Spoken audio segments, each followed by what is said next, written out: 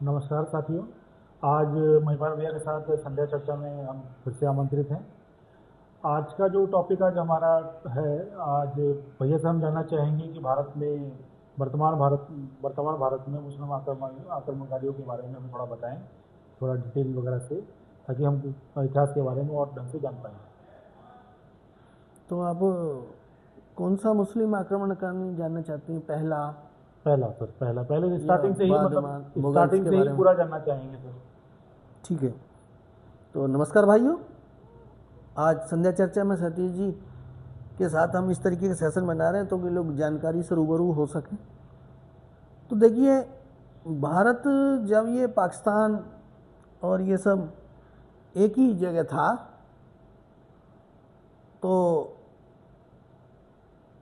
बांग्लादेश, पाकिस्तान और अफ़गानिस्तान का कुछ हिस्सा भी भारत में ही, भारत के जम्बू द्वीप था पहले, तो ये जम्बू द्वीप के अंडर में ही आता था। भारत तो इसका नाम बहुत बाद में पड़ा है।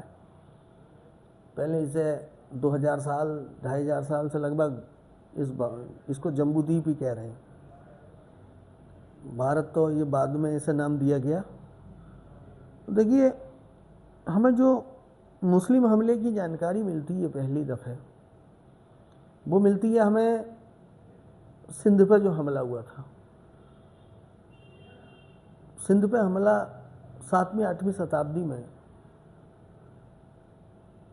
हमला हुआ था, जिसे भारत पर प्रॉपर हमला माना गया, जिसमें भारत की ज़मीन सिंध प्रांत पे मुस्लिम अटैकर्स का जो कब्जा भी हुआ। तो चर्चा ऐसी है कि सिंध में जो राजा दाहिर सेन ठीक, उनका राज जो है सिंध प्रांत में चल रहा था। और जो आज कराची शहर है, उसका मैं नाम तो याद नहीं रहा मुझे, कुछ उसको बोलते थे। तो वहाँ पे अरबी लोग जो हैं शुरू से व्यापारी थे और व्यापार के लिए इनके जहाज आया जाया करते थे। तो कुछ समुद्री डाकुओं ने, जो सिंध प्रांत के ही थे, उनका एक अरबी लोगों का जहाज जो है लूट लिया। जहाज लूट लिया तो उस टाइम खलीफा राज कायम हो चुका था और इस्लाम का जो पाया तख्त है, जो गद्दी है, जो बेबीलोन में स्थापित हो चुकी, जो बेबीलोन उसे कहते हैं, जो आजकल का जो है इराक है, वहाँ पे इस्लाम की गद्दी स्थापित हो चुकी थी। और इतिहास में आप पढ़ते हैं खलीफा राज,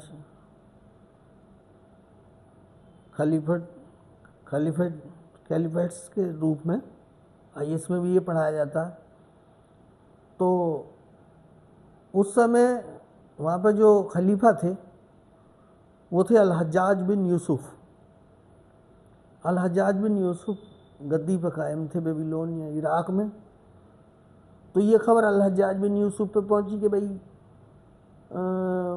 वो समुद्री लुटेरों ने या सिंध के लोगों ने जहाज लूट लिया और औरतों की बेइज्जती करी है। तो उन्होंने अपना एक लेटर या जो भी हरकारा भेजा दाहिर सेन से और उनसे कहा, भाई देखो, जिसने भी ये लूटपाट करी है तुम्हारे यहाँ से हुई है। तो उन्होंने कहा, भाई हमने तो करी नहीं हो, समुद्री डाकुओं ने लूटा है, हमारी कोई राज्य के सेना ने या कोई ऐसे उसने तो लूटा नहीं है। तो उन्होंने कहा, तुम इसकी माफ़ी मांगो और उन्हें जो है पकड़ कर सजा दो। तो राजा दाहिर सेन ने इसे जो है मना कर दिया। तो मना करने पर अल-हज्जाज बिन यूसुफ को बहुत गुस्सा आया।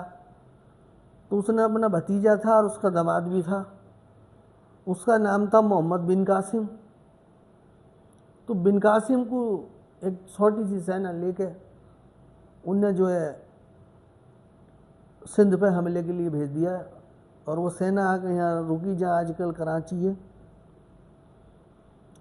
कराची के पास। तो उसमें उनने सोचा था कि कुछ हमले करके इन्हें इस बात की सज़ा दी जाएगी जैसे इन्होंने हमारे जहाज पर हमला करा ऐसे हमला करेंगे और इन्हें सज़ा देंगे। लेकिन बिन कासिम जब यहाँ आया तो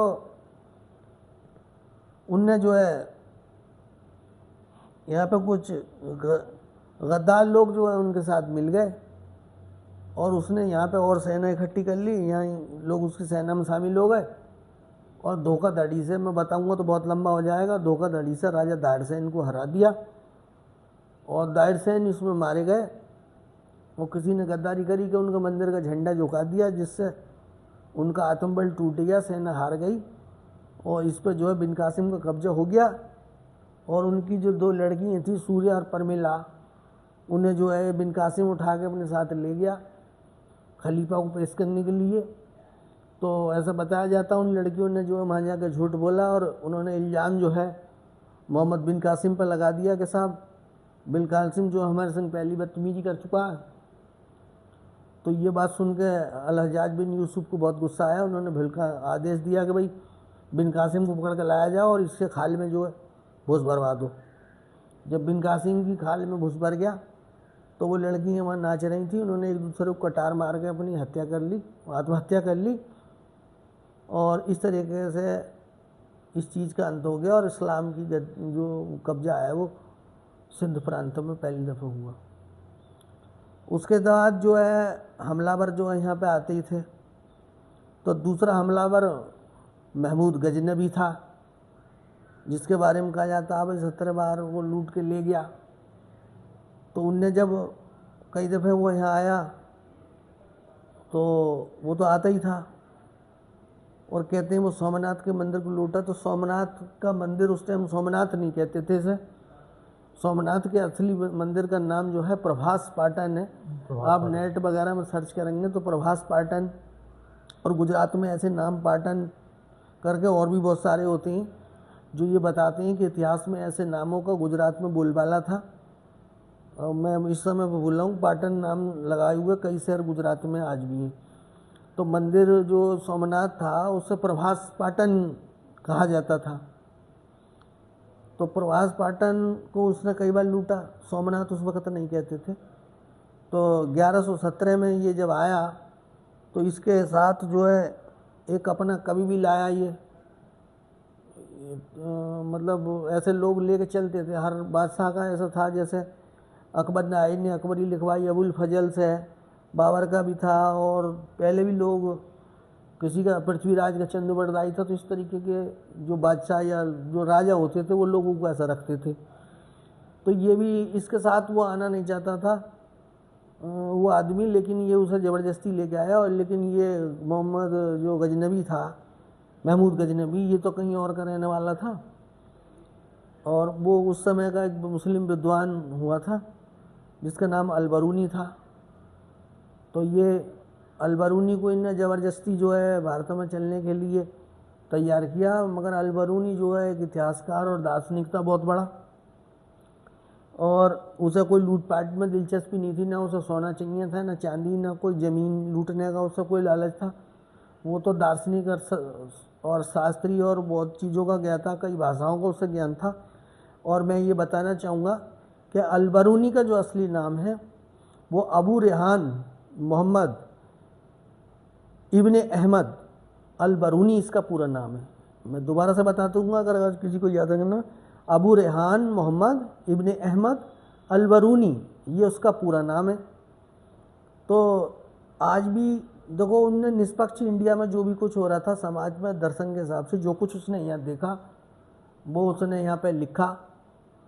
और उसे कोई ये लालच तो था नहीं कि ज़मीन लूटनी है या मोहम्मद गजनबी की तारीफ़ करनी है। तो उसने इंडिया की सामाजिक दशा के ऊपर भी बहुत सारी चीज़ों को लिखा और जितने भी इतिहासकार हैं बहुत कम ही कोई उसके उस पर सवाल उठाता है। तो अलबरूनी के जो टेक्स्ट हैं उसको बिल्कुल वेरीफाई माना जाता है और हर इतिहासकार उससे सहमत है।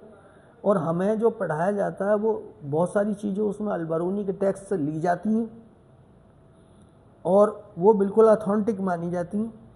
तो ऐसा एक वो अलबरूनी है आया और महमूद गजनबी उसे लाया था। ये उस टाइम जो है एक्चुअल में उसके यहाँ नहीं रहता था, ये ख्वारिज़म का रहने वाला था। ख्वारिज़म उस समय एक जगह हुआ करती थी जिसका नाम आज की डेट में जो है आप अफ़गानिस्तान के बॉर्डर पर देखेंगे, जिसका नाम आज की डेट में खुरासान है। तो ये खुरासान का रहने वाला था अल-बैरूनी। तो ये भारतीय इतिहास में इसका बहुत बड़ा महत्व है। हो सकता है आपने नाम ना सुना हो, लेकिन भारत में आए हुए विदेशी दार्शनिकों में ये अल-बैरूनी बाद के दार्शनिकों में बहुत महत्वपूर्ण स्थान रखता है। जो इंडिया की तमाम कल्चर, इतिहास और यहाँ क्या क्या चल रहा था, सती प्रथा, वेदों का लिखना, क्या क्या यहाँ धार्मिक स्थिति थी, बौद्ध धर्म, सब के बारे में अपने उसमें किताब में उन्होंने लिखा है। एक किताब जो है उसकी अल-बैरूनी की बहुत मशहूर है, जिसका नाम है किताबुल हिंद। तो किताबुल हिंद नाम की किताब इस अल-बैरूनी अबू रेहान ने लिखी, जिसमें पूरे इंडिया की जानकारी हमारे पास नहीं है, बल्कि इसके टेक्स्ट से हमें 1000 साल पहले की जानकारी जो है हमें मिलती है। अबू रेहान मोहम्मद इब्न अहमद अल-बैरूनी की जो किताब है किताबुल हिंद, उससे पूरे भारतीय दर्शन को देखा जाता है आज भी, और वो टेक्स्ट बहुत महत्वपूर्ण है और हमारे इतिहास में लागू है। और किताबुल हिंद को का मतलब ये हुआ कि आप हिंदी में इसे अगर जानना चाहेंगे तो इसे जो है अल-बैरूनी के भारत के नाम से भी ये हिंदी में भी मौजूद है, नेट पे भी आपको मिल जाएगी, आप चाहें तो इसे पढ़ सकते हैं। तो महमूद गजनवी की जो जानकारियाँ हैं वो भारत में इसी के टेक्स्ट से दी जाती हैं, और उसका कोई वैसा सबूत यहाँ पे नहीं मिलता। वो अल-बैरूनी की कहानी से ही बताया जाता है कि वो ऐसा ऐसा था महमूद गजनवी, और उन्होंने लिखा। तो वो किताबुल हिंद कह लो आप उसे, या अल-बैरूनी का भारत के नाम से ये किताब जो है मिलती है, नेट पे भी मिल जाती है, और ये 1000 साल पहले के आपके उसे दिखाती है भारतीय दर्शन को। तो ये अब तो बहुत लंबा हो जाएगा सतीश जी, बहुत सारे हमले हुए, तो मैंने 1-2 हमले आपको ये बता दिए जो शुरुआती दौर में थे। ये महमूद गजनवी जो है बेसिकली तुर्क जाति का था। और जो लोग आजकल सोचते हैं ना, अब जैसे किसी से इस्लाम की बात करी जाए तो वो अच्छा, तो वो कहेगा शिया सुन्नी। तो जबकि मैं ये कहता हूँ कि शिया सुन्नी की बात करने का अगर कोई बात स्टार्टिंग में अपनी इस बात से करता है तो आप ये समझ जाइए कि इस्लाम के बारे में वो कुछ भी नहीं जानता। वो अपने आप को दिखाने की कोशिश कर रहा है कि शिया सुन्नी कह के मैं बहुत होशियार समझ जाऊँ, तो वो इस बारे में कुछ नहीं जानता। और अगर भारतीय इतिहास के बारे में आप किसी आदमी से सवाल करते हैं, वो सीधा सीधा जैसे ये पार्टियों का फंडा चल रहा है, तो वो अगर कहता है कि भाई मैं मुग़ल का नाम लेता है, तो भी आप समझ लें कि जो आदमी मुग़ल की बात कर रहा है वो इतिहास के बारे में कुछ नहीं जानता। ये तो मुग़ल तो बहुत नई बात है, मुश्किल से 200-400-500 साल पहले ये थे, तो मैं इसे कोई खासा, हालांकि मैं इसके बारे में सब कुछ जानता हूँ, लेकिन मैं कभी ज़्यादा इस पर चर्चा नहीं करता। मेरी जो टॉपिक है वो हमेशा 1000 साल से पीछे 2000 साल, 2500, 3000, 4000 साल के ऊपर डिपेंड होती हैं। ये मुग़ल तो दुनिया में वैसे ही सब जानते हैं, तो बहुत नज़दीकी समय की बात ही है। 500 साल इतिहास के हिसाब से कोई टाइम पीरियड नहीं होता, ये बहुत नई बातें हैं, तो मैं इस पर ज़्यादा बोलता नहीं हूँ। और आप कभी कहेंगे तो इस पर भी मैं लेक्चर बना दूँगा।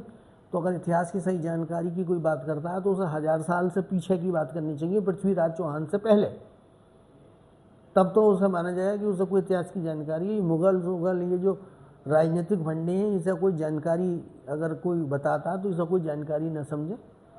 ये बहुत नया है इतिहास में, 500 साल कोई टाइम नहीं होता। तो सतीश जी मैंने ये बताया, बहुत बहुत अच्छा लगा सर जी। मतलब बिकॉज 1000 साल पहले का इतिहास, 1500 साल पहले का इतिहास, ये समझने में बहुत दिक्कत होती है, बिकॉज लिटरेचर जो है बहुत तोड़ मोड़ दिए गए हैं। तो मैं धन्यवाद कहना चाहूँगा, बहुत अच्छी जानकारी दी मैं भैया। देखिए मैं तो 2-2.5 घंटे भी बोल सकता हूँ, आप सिलसिलेवार पूरे इतिहास को मैं देश आज़ादी तक भी आपको बता सकता हूँ, लेकिन इतनी लंबी वीडियो कोई सुन नहीं पाएगा। आपसे पूछने का मतलब तो मैं एक एक करके जो है बताता रहूँगा अलग अलग टॉपिक पे, टाइम पीरियड के हिसाब से थोड़ा थोड़ा करके हम करेंगे। नेक्स्ट एपिसोड में इसका रिवीजन करेंगे। हाँ, तो आगे चलेंगे हम। बहुत तो ठीक है भाइयों, पसंद आए तो हमें प्रमोट करना, क्योंकि ये महत्वपूर्ण जानकारी है। इसमें कोई फिल्मी चीज़ या वो नहीं है, कोई हंसी की वीडियो हमारी अलग होती हैं, हम अपने मजाक की गानों की अलग होती हैं, और ये बिल्कुल गंभीर ऐतिहासिक जो महत्वपूर्ण चर्चाएं ये बिल्कुल अलग होती हैं। तो अगर हम पसंद आप करें तो हमें प्रमोट करें। भाजपुर से महिपाल सिंह यादव, धन्यवाद।